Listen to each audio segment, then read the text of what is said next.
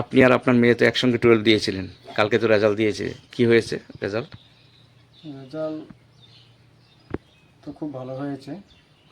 গতকালকে রেজাল্ট দিছে, খুব ভালো হয়েছে রেজাল্ট। আমাদের রেজাল্টের খবর শুনে পুরো এলাকাবাসী এবং আমি আশা করি সারা রাজ্যবাসী, লেখাপড়ার কোনো বয়স নেই, সবাই একটু আনন্দ উপভোগ করব।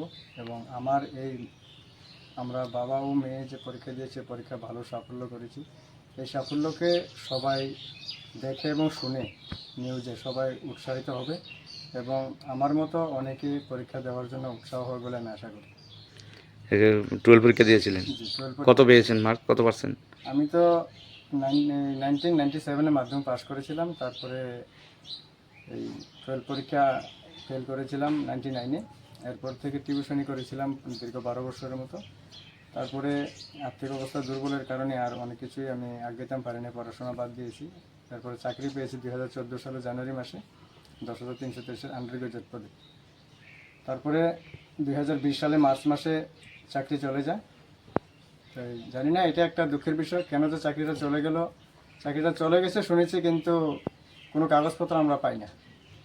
এই কাগজপত্র আমরা শুনেছি যে রায়ে, সুপ্রিম কোর্টের, মহামান্য সুপ্রিম কোর্টের রায়ে 461 জনের চাকরি চলে যায়, কিন্তু আমরা জানি না আমরা 10,323 কীভাবে চাকরিটা চলে গেলো। আমরা আজ পর্যন্ত কোনো কাগজও পাই না। আমরা ডিপার্টমেন্টকে বারবার জিজ্ঞেস করেছিলাম যে আমাদের এই এমপ্লয়মেন্ট এক্সচেঞ্জ কার্ড ফিরিয়ে দেন, আমাদের সার্ভিস বুক ফিরিয়ে দেন, তারপরে আমাদের যে চাকরিটা যে চলে গেছে আমাদের একটা প্রমাণপত্র দেন। রিটায়ারমেন্টে গেলে তো একটা প্রমাণপত্র পাওয়া যায়, এবং যাদের চাকরি চলে গেছে তারা নাকি সুপ্রিম কোর্ট থেকে নিশ্চয়ই একটা কাগজ পেয়েছে বা ডিপার্টমেন্ট থেকে পেয়েছে, কিন্তু আমরা এইসব ব্যাপারে কোনো জানি না। তারপরে পড়ার প্রতি আগ্রহ তারপরে আমি জেগেছে। আবার ভাবলাম যে মেয়ে যেহেতু এই বছরে 12 পরীক্ষা দেবে, তো মেয়ের নোটগুলিকে ফলো করি এবং আমি আবার 12 পরীক্ষা দেওয়ার জন্য নিজে আগ্রহ নিই।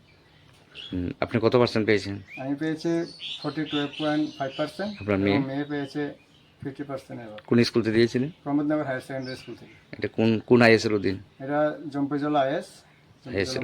আপনার নাম কি? আমার নাম দুদু মিয়া আপনার এবং মেয়ের আমার নাম? মেয়ের নাম রুমা আক্তার। দুজনেই কলেজে পড়াশোনা করবেন? আশা করি আমি, মেয়ে তো পড়বে এবং আমিও পড়াশোনা করার জন্য আগ্রহ রাখছি। এখন দেখা যাক বাকিটা, মেয়ে তো পড়বে।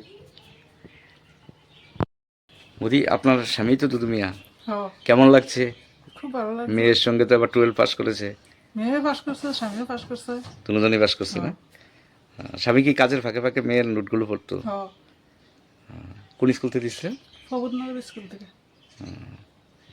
তো আপনি তো গৃহবধূ, হ্যাঁ, আপনার নাম কি? আফিয়া খাতুন। তাহলে স্বামী এবং মেয়ের সাফল্যে আপনি গর্বিত? হ্যাঁ, স্বামী তো কলেজেও পড়তে চায়, কি বলবেন? কিভাবে পড়বে কাজের ফাঁকে ফাঁকে? পড়লে পড়ো। আপনার কোনো আপত্তি নেই, আপনি হেল্প করবেন না? হ্যাঁ, বাড়িঘরের সব কাজ আপনি করেন? হ্যাঁ।